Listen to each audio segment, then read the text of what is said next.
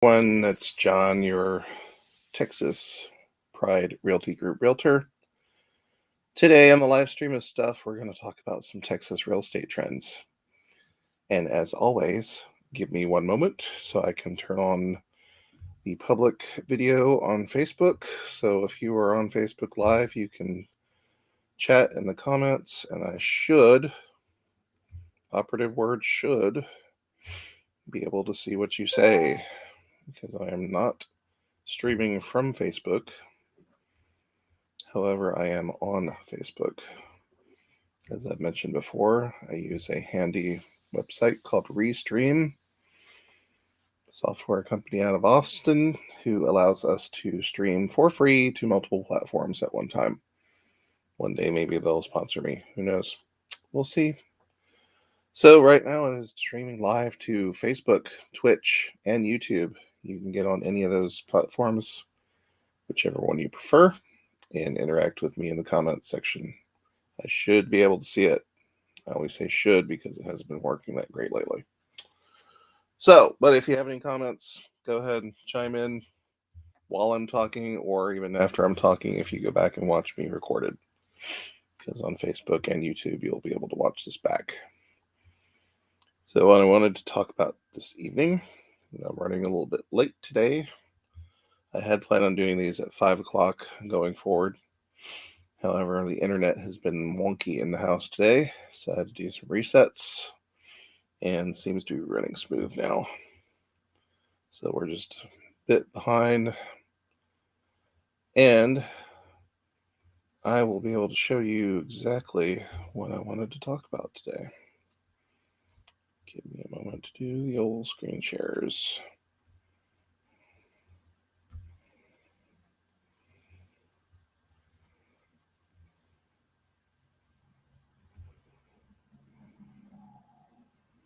All right.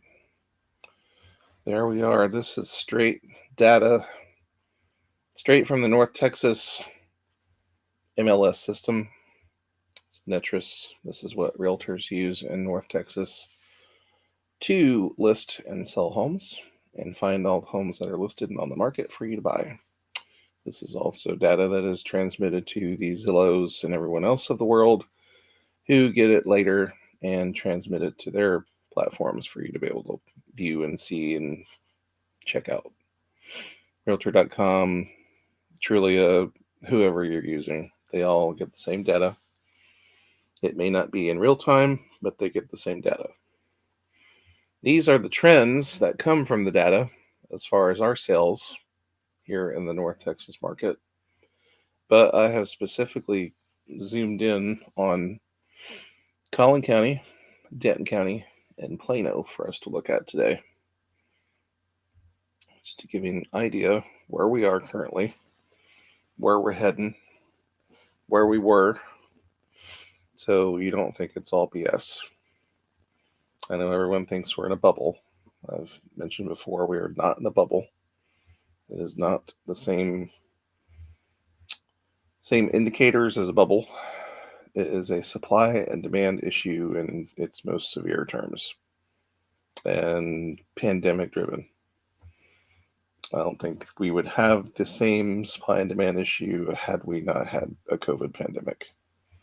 We would probably be in the same normal patterns that we've been in for a while. So let's take a look. A lot of people love moving to the northern burbs north of Dallas, even though Dallas is just as hot of a place anywhere in the Metroplex right now to move to. But as you all know, I live in Plano, work out in Collin County.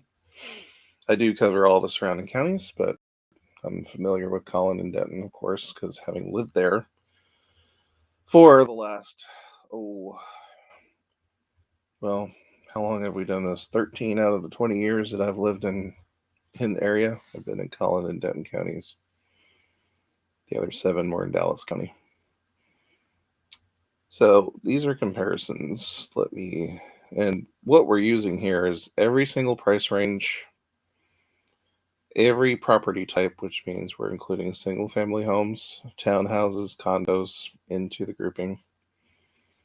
all sizes of homes, bedrooms wise, and all types of construction, whether it's resale home, which means your used house you put on the market, or new construction that's just being built.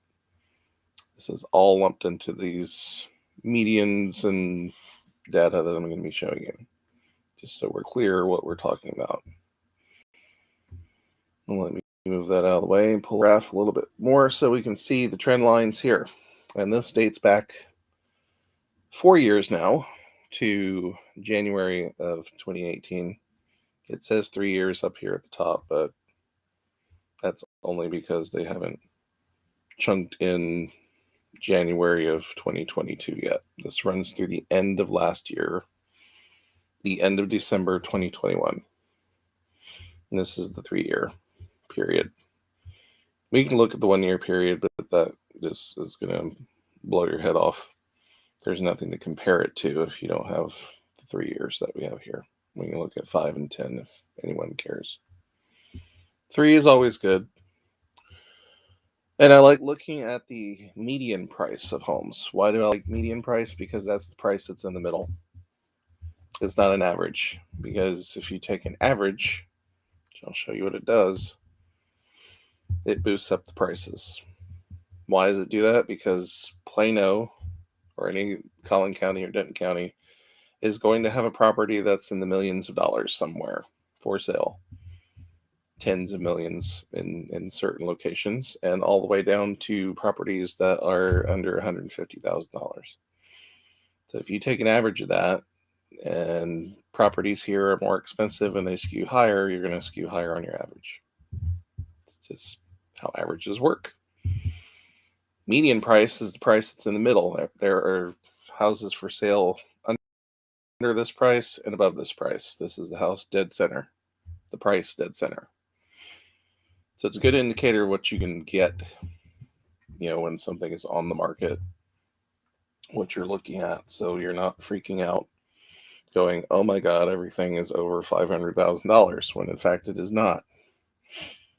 And it's approaching that fairly quickly for a median price, but it's not there yet. And keep in mind that median price, half of the market is below that price. Half of the market is above the price. Although that market is small right now, which is the main problem driving the prices. So let's take a look specifically at Collin County, which is home to Plano. Denton and Plano, these are the median prices. This goes back to 18. Here are the prices in 2018 of January, and we're 4 years out from that date. From that time, we have seen an increase in Collin County of 26% over 3 years. Denton County has gone up 18%, and City of Plano, following kind of in between there, is at 21.6. If I were to add Frisco or Denton itself or something like that, it would show you more specific. But here's where we were, 2018, chugging along, going up, coming back down. These are seasonal peaks and valleys, as you can see, in the what was considered normal real estate market. Even back then, the market was still a what is called buyer's market. There are less homes available on the market than there are people able to buy. More buyers than sellers. That's all that means. It's more technical, but it was going fairly steady. No one's freaked out. Here's 2019 coming up again. And you'll even look here at, we'll look at June of 2019. The prices are, that's a median price. Collin County is $354. It's just above the previous year at $346. These are normal what has been normal for North Texas for several years, over a decade, where prices have increased on average from 3 to 5%. That's not unheard of. It just doesn't happen all at one time, which is what happened last year. And any other realtor who I've had someone argue that fact with me for some reason, even staring this data in the face, proving my point, which you can't disprove, that houses appreciate 3 to 5% in North Texas on average, depending on. And yes, every year is different. One year could be 7%, one year could be 1%. On average, in North Texas, have gone up 3 to 5%. That's what you're looking at on a normal market. That's what you're looking at. Keep in mind, when you buy something today, it is probably only going to go up possibly 3 to 5% next year. You're not going to have another 20% increase like we just did. Fingers crossed. That, I think, would be unsustainable at this point in our market. So, and here we're getting into where it starts to get crazy. As you all know, we had reports on the West Coast, December of 2019, of COVID making its way to the United States. And excuse me, I don't know if that had anything to do with this little spike here in January, which is kind of usual, even though we had one back in 2018 as well, which is actually, the median prices were higher. But for seasonal sales, this is normal. It was winter. The pandemic here did not start officially until March, which we're about to see where it starts to go haywire. Excuse me. So, what were we doing in March? I know I was just becoming a realtor. I was being trained by one of my previous brokers for a week. Then I went out the next week and into the market. And then the following week was told that we are on lockdown and to go home. Even though I work from home anyway, but it's neither here nor there.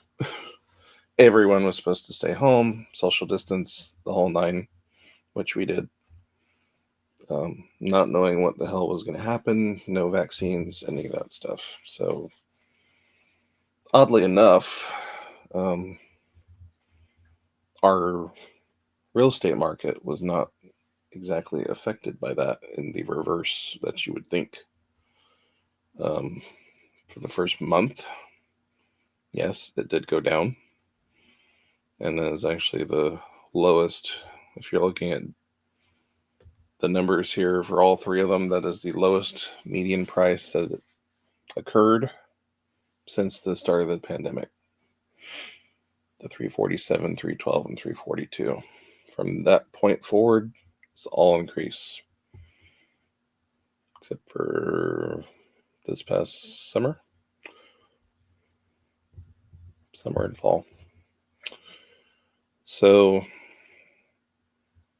what's happening here, and I've gone over this with folks last year, and even in 2020, it was still fairly level as far as median price increases.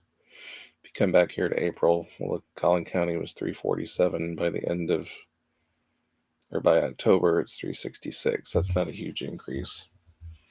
But even then, we still have market. Interest rates were at record lows for buying a home, which pushes buyers to the market.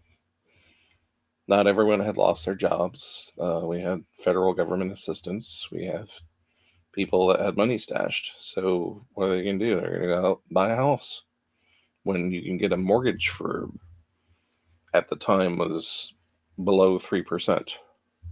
It's almost unheard of. Now, that rate has come back up.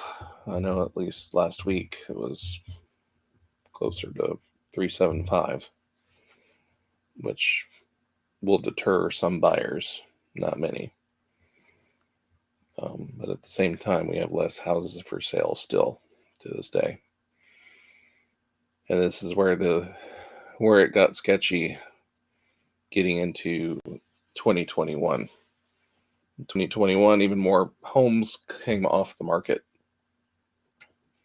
People were concerned, I guess, about selling their house. If they sell their house, they then have to go somewhere else to live. And of course, if prices are high, they then have to spend more money themselves when you're trading off, house to house. That's my theory. That's a pretty rational theory. Especially when you have a jump from here. Collin County was $375 in February, and by June it's $440,000. And we were having situations throughout this past year and even into this month. Multiple offers on homes from cash buyers who are coming from out of state, who are coming from in-state. It's not just out of state. Investors, people are actually moving here. So it's not all corporate investors. A lot of corporate investors are either looking to buy a house and rent it out or buy a house and flip it.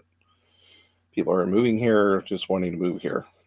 And depending on what state they're coming from and what their house was worth, where they're coming from, $440 to them is not a bad deal, especially if, we've been told the majority of people have been coming from California. And I think that is still the case currently, the highest number of people from an individual state. Right behind that is like Illinois, Colorado, some of the other northern, Florida was another one. But especially in California, the real estate prices are extremely high. Taxes are high. They're high here too, by the way. Don't let anyone dissuade you and let you think we're the land of the free on taxes. We're not. Sorry. We're going to get you on property tax.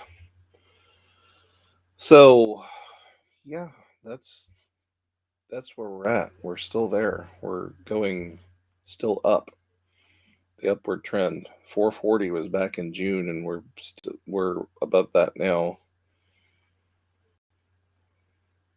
Or excuse me, that was for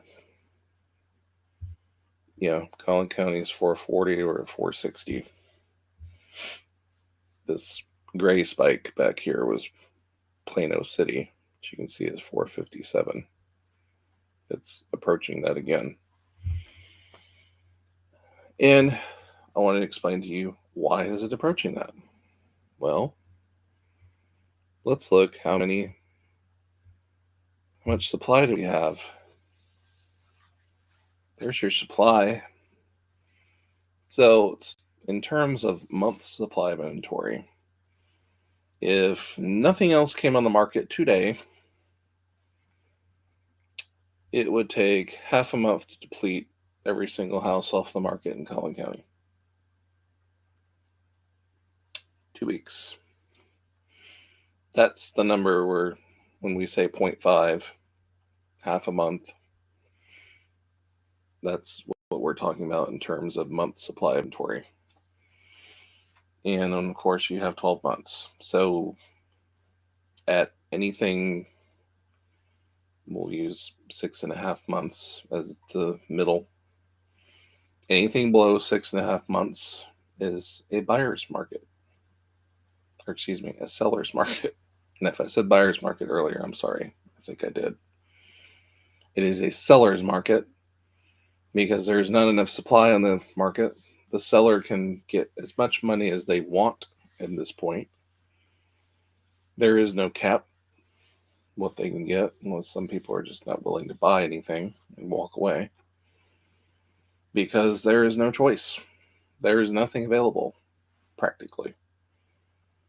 You've only got that many homes available that will be gone in 2 weeks if someone walked in today and bought them all. You got not much to choose from. And it's not just a seasonal problem, as you can see here from 2021 graph. It's a year-over-year problem. When we're back here, it was still a seller's market. Sellers were still getting top dollar or close to 100% for their homes, what they were listing for, in the 4s and 3s, down to 2. This, again, is the normal seasonal cycle. And here's the pandemic. And as inventory continued to drop throughout 2020 is when home prices started to go the opposite direction. So we have been below, basically just above a month of inventory every month throughout 2021. And we are, as far as December is concerned, it's down to 0.4 in Plano, 0.5 in Collin County, and 0.6 in Denton County. That is a little driven by seasonality as well, because it's in December, but added to the effect of the pandemic that there's nothing on the market to begin with. And what that is doing right now, for example, we have agents who are working with buyers. One tried to put in an offer for his client on a house in McKinney, which, if you're not familiar watching this, McKinney is just up from Plano. The home had 120 offers on it. I don't even know where you begin as a seller determining who wins that bid, offer bid, other than looking at it and go, who's paying the most? And is it solid and not going to walk away with the least amount of hassle? Like the listing agent's got it in for him, coming up with the spreadsheet on that one. And then telling the seller, pick one. Because in case you didn't know, as real estate agents, we can't tell you which one to pick. We can just present you the information and go, here you go. Because obviously we would be, we can't push you towards taking something higher than, what it would be, because we work on commission.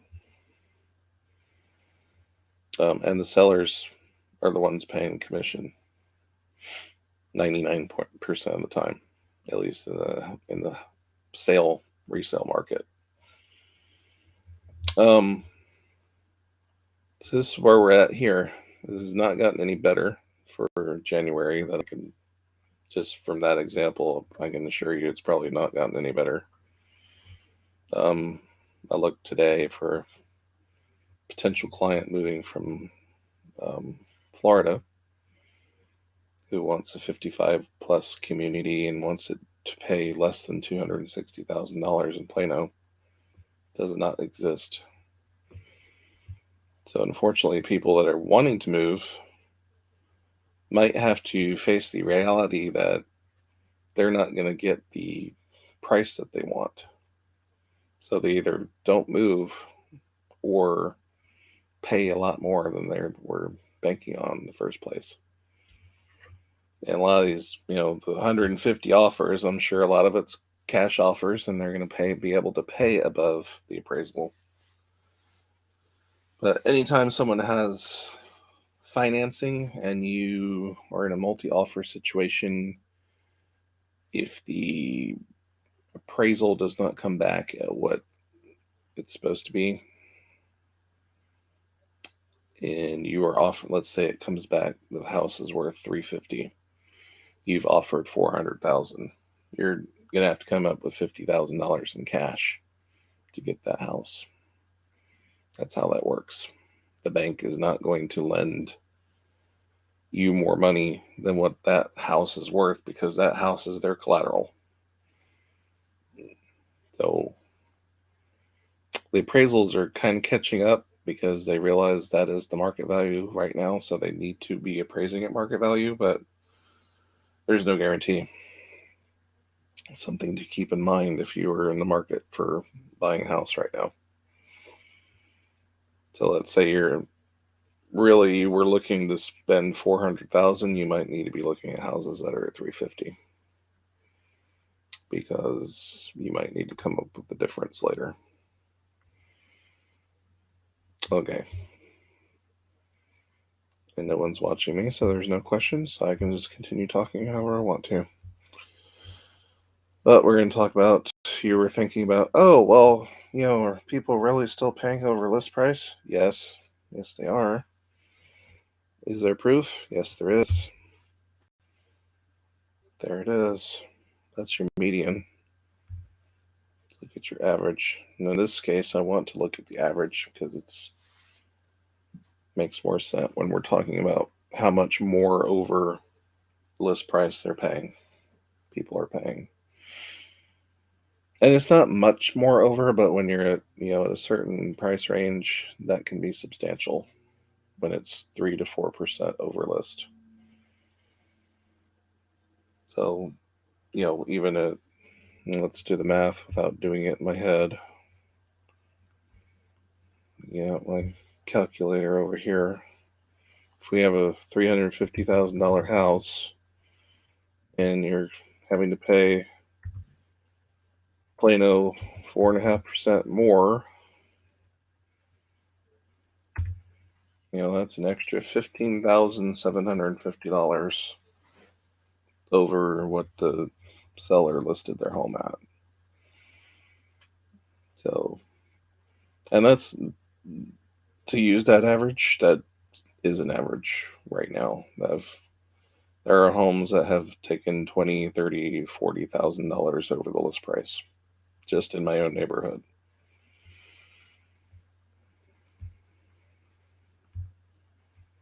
So that is something to keep in mind as well. You can see here that started happening again when? Last year. Why? Because there's so many buyers, not enough homes. People flush with cash. And here's the peak. It's actually come down from the peak, which was 6% over list price this summer.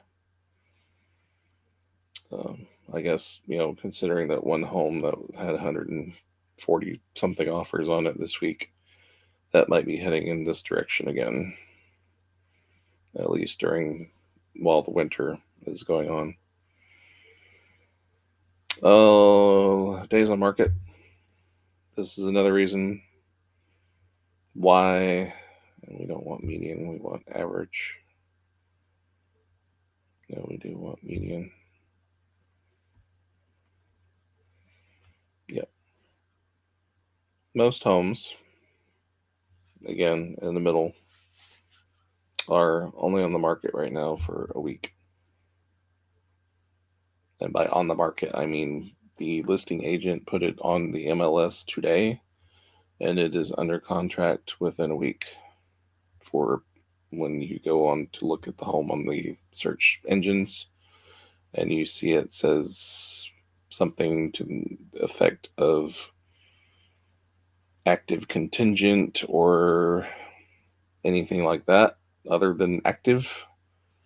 It's pending, active option, something like that is already under contract with a potential buyer. And actually, by the time you see something that says pending, it is already 2 to 3 weeks away from closing. No backing out at that point. Although there's ways you can, but that's another episode.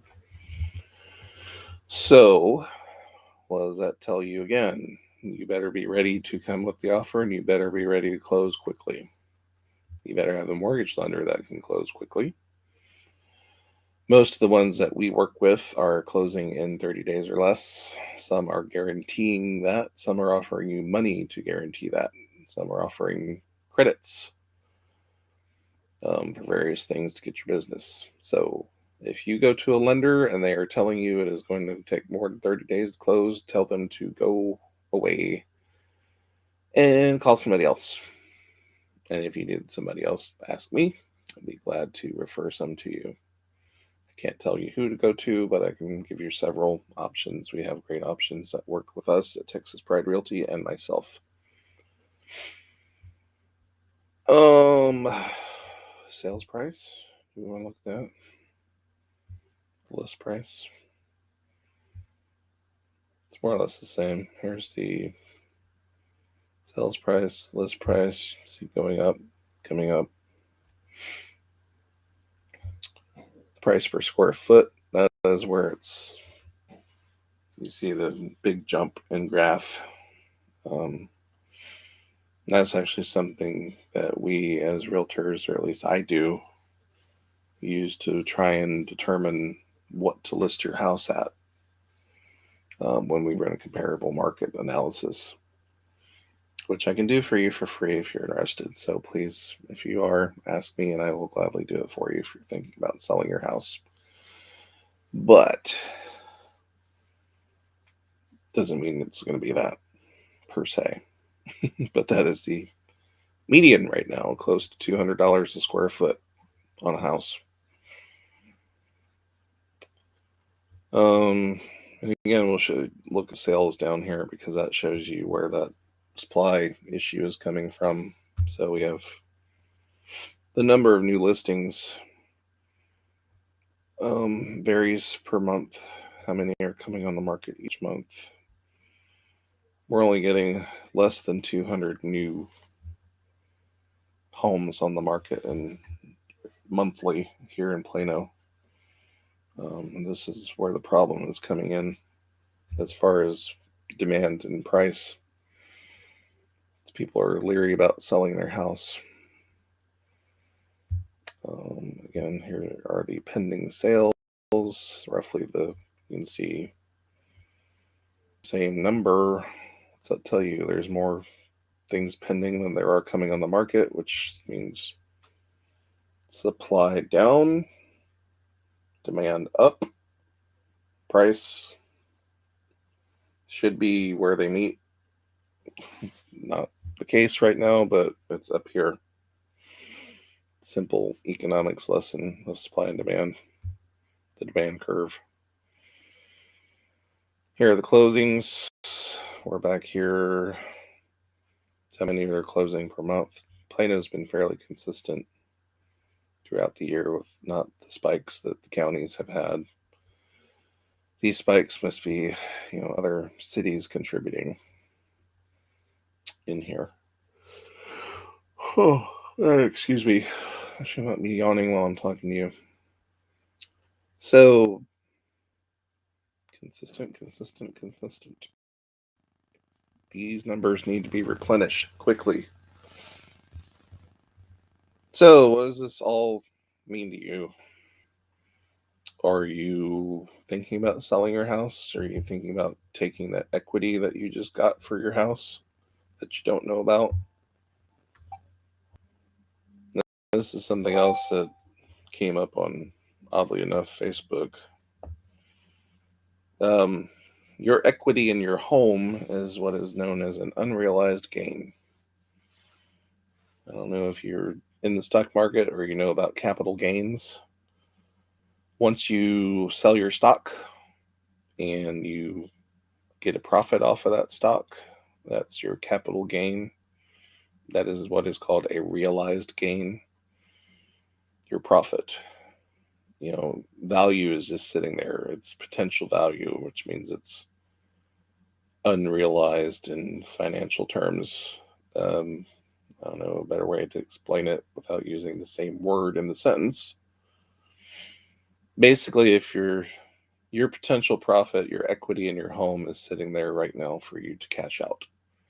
And you're either going to do that in one of two ways. If you're a cash out refinance mortgage, which you could do, and use that money to pay off debt if you have it, which I do not do. Mortgage lenders will, certain ones, or sell your house. So what can you do to still keep that equity and potentially buy a cheaper home? It's location. You ever hear the term location? It's location. Or look here at Plano. Let's get rid of these county graphs here for a minute. And let's look at a city like Aubrey.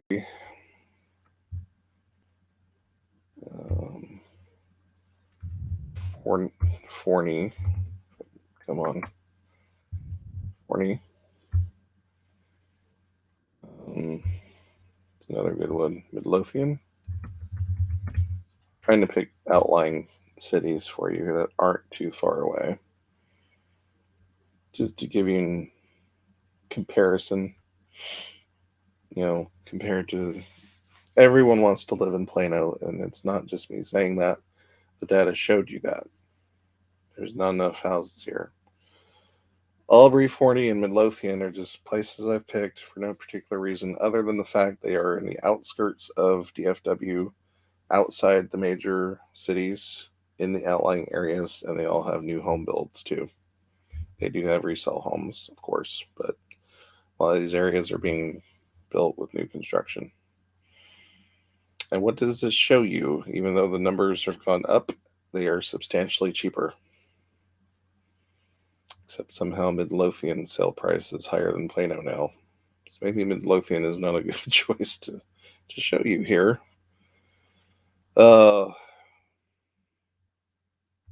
get rid of Midlothian and look at Fort Worth. Actually, places in Fort Worth are actually affordable. There you go, $330. So those are your median prices, and just not in Denton. Anything below Lake Louisville, anything south of US 380, anything inside 635 in Dallas. Fort Worth does have, some substantially expensive homes, but they actually have a lot of space and a lot of new builds as well, and they are more affordable because the further west you go, the cheaper it is. Just keep that in mind. Again, location. Forney, who would have thought to live in Forney? Well, people that work at Amazon do now. That's where one of the largest Amazon distribution centers was built. It's also where all the developers are putting homes. Aubrey has been that way for the past decade. Actually, not Aubrey itself, but the 380 corridor, which includes Aubrey and Little Elm, Prosper, Savannah, Providence Village, Frisco, McKinney, actually, too, if you keep going into Collin County. And your Fort Worth, which actually shocks most people when they see that number because Fort Worth is the second largest city here in the Metroplex. But let's say you sell your house in Plano for $450,000, you can move to Fort Worth for $330 and still have money left over. That's your trade-off. Any direction you go, and it's all about, again, location and your trade-offs. Do you want to live that far out? Some people don't. That's you. Some people do, and that's fine. You can also get more house. Maybe you want a bigger house, and you don't want to have money left over. There's your difference right there.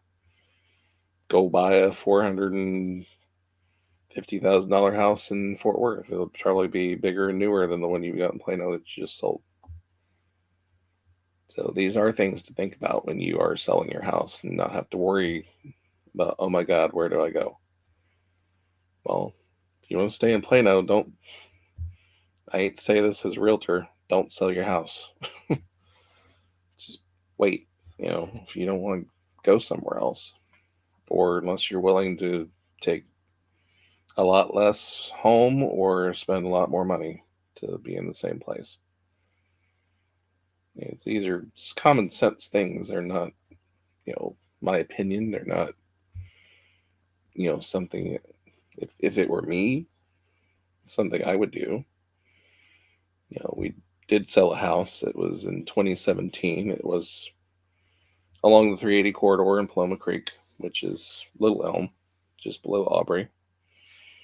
Even then, I got more money than what I paid for it. And I had 5 offers on the house in 3 days.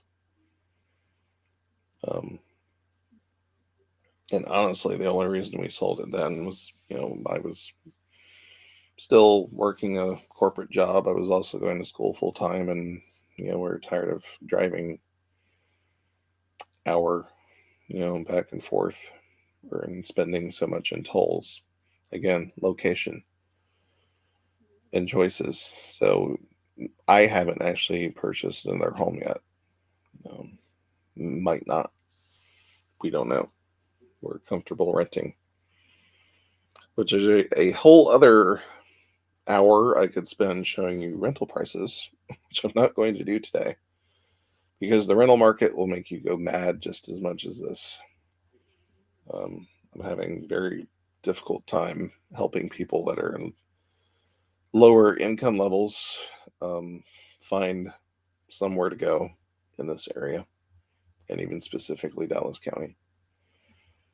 So, if anyone has any questions about the market here, you're free to ask me on Facebook. You're free to email me. You're free to go to my website, coopersellshomes.com.